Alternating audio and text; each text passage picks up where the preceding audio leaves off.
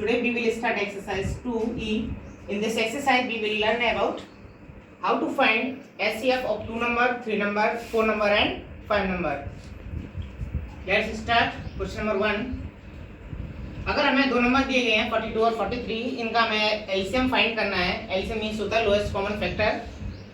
जब हमें highest common factor की बात करता था तो हम लास्ट एक्सरसाइज में अपनी में एचसीएफ फाइंड करना सीखा था. अब वो लोएस्ट कॉमन फैक्टर की बात कर रहा है तो एलसीएम फाइंड करेंगे हम. कैसे फाइंड करते हैं वो देखेंगे. 42 दिया है उसके फैक्टर किए, 63 दिया है उसके फैक्टर किए. दोनों के फैक्टर हमने लिख लिए. क्वेश्चन में हम दोनों के फैक्टर लिख लेंगे. हम दोनों के फैक्टर लिखने के बाद जो नंबर हमारा दोनों में कॉमन है सबसे पहले उसको लिख लेंगे और लास्ट में जो नंबर हमारे बचे हुए हैं उनको लिख लेंगे और बाकी सबका मल्टीप्लाई कर लेंगे तो हमारा एलसीएम आ जाएगा. ये तो बात है हमारे दो कॉमन की, दो नंबरों की. अगर हमें दो से ज्यादा नंबर दिए, ये मैंने एक एग्जांपल लिया है वो क्वेश्चन नंबर 5 जो 9 लिया है, इसमें 5 नंबर से इसमें कैसे एचसीएफ फाइंड करेंगे. एचसीएफ का 3 नंबर का होगा, एचसीएफ 4 का होगा और एचसीएफ का 5 का है. तो इसलिए मैंने एक बड़ा वाला एग्जांपल ले लिया है, नंबर ले लिया. क्वेश्चन 48 के फैक्टर करेंगे, 64 के, 72 के, 96 के, 108 के. सबके बारी बारी से हम फैक्टर्स लिख देंगे. सबसे पहले कॉमन लेने वाली बात आती है. कॉमन कैसे लिया जाएगा. सारी चीजें कर लोगे आप, फैक्टर कर लोगे, सारी चीजें लिख लोगे आप, सारी चीजें कर लोगे. फैक्टर कैसे लेना है, ये फैक्टर लेना अगर आपका गलत हो गया तो आपका क्वेश्चन पूरा गलत हो जाएगा, आंसर आपका नहीं आएगा.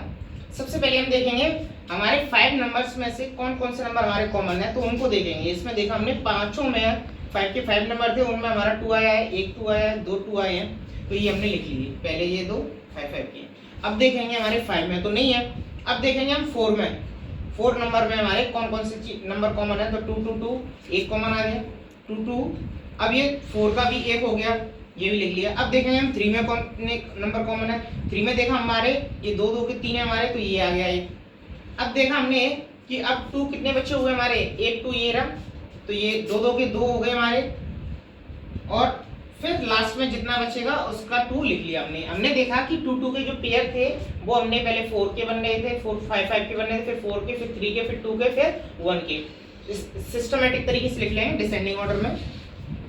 हमने देखा 3 1 2 1 पहली वाली लाइन में है, दूसरी वाली में नहीं है, तीसरी में है, चौथी में है, पांचवी में है. तो एक पेयर लिख लिया हमने 3 का. अब देखा हमने इस वाली में है हमारा और लास्ट वाली में है, तो ये वाला भी आ गया. अब हमने देखा हमारा किसी में भी नहीं है, हमारे इसमें 3 नंबर दिए गए थे तो इसका भी ये पेयर आ गया. तो हमने सबका मल्टीप्लाई किया, पहले 2 2 2 के इनका सबका किया, 64 हो गया, 3 का मल्टीप्लाई किया, इस तरह से ये आ गया. अब क्वेश्चन नंबर हम 10 की बात करते हैं. 10 में क्या करना है आपको. क्वेश्चन नंबर 10 में वो कह रहा है फाइंडिंग एचसीएफ एंड एलसीएम. दो नंबर दिए गए, इनका ही एलसीएम निकालना है, एचसीएफ निकालना है. इसका मल्टीप्लाई कर दिया हमने, 3 का मल्टीप्लाई फैक्टर कर दिए, इसके भी फैक्टर कर दिए हमने. उसके बाद क्या किया हमने, दोनों नंबरों को लिख लिया. एचसीएफ और एलसीएम दोनों से कैसे निकालते हैं. सबसे पहले हम एक चीज जानते हैं, जो दोनों में कॉमन फैक्टर होता है, दोनों में जो कॉमन होता है वो तो हमारा एचसीएफ होता है. तो एचसीएफ तो हमारा ये फाइंड हो गया. एलसीएम के लिए क्या करते हैं, जो कॉमन होता है उसको तो लिख ही लेते हैं, जो एक्स्ट्रा नंबर है उनको भी लिख लेते हैं. तो 3 3 लिख लिए हमने, 2 3 थे, एक 17 था, इसका मल्टीप्लाई कर दिया, ये आ गया.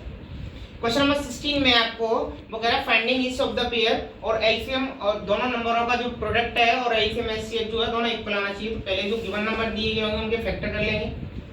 उनके फैक्टर लिखने के बाद एलसीएम ने एचसीएफ लिया, एचसीएफ कॉमन फैक्टर जो था हमारा 29 है तो वो एचसीएफ हो गया हमारा. एलसीएम लिया, कॉमन लिख लिया और जो बाकी का नंबर था वो भी लिख लिया.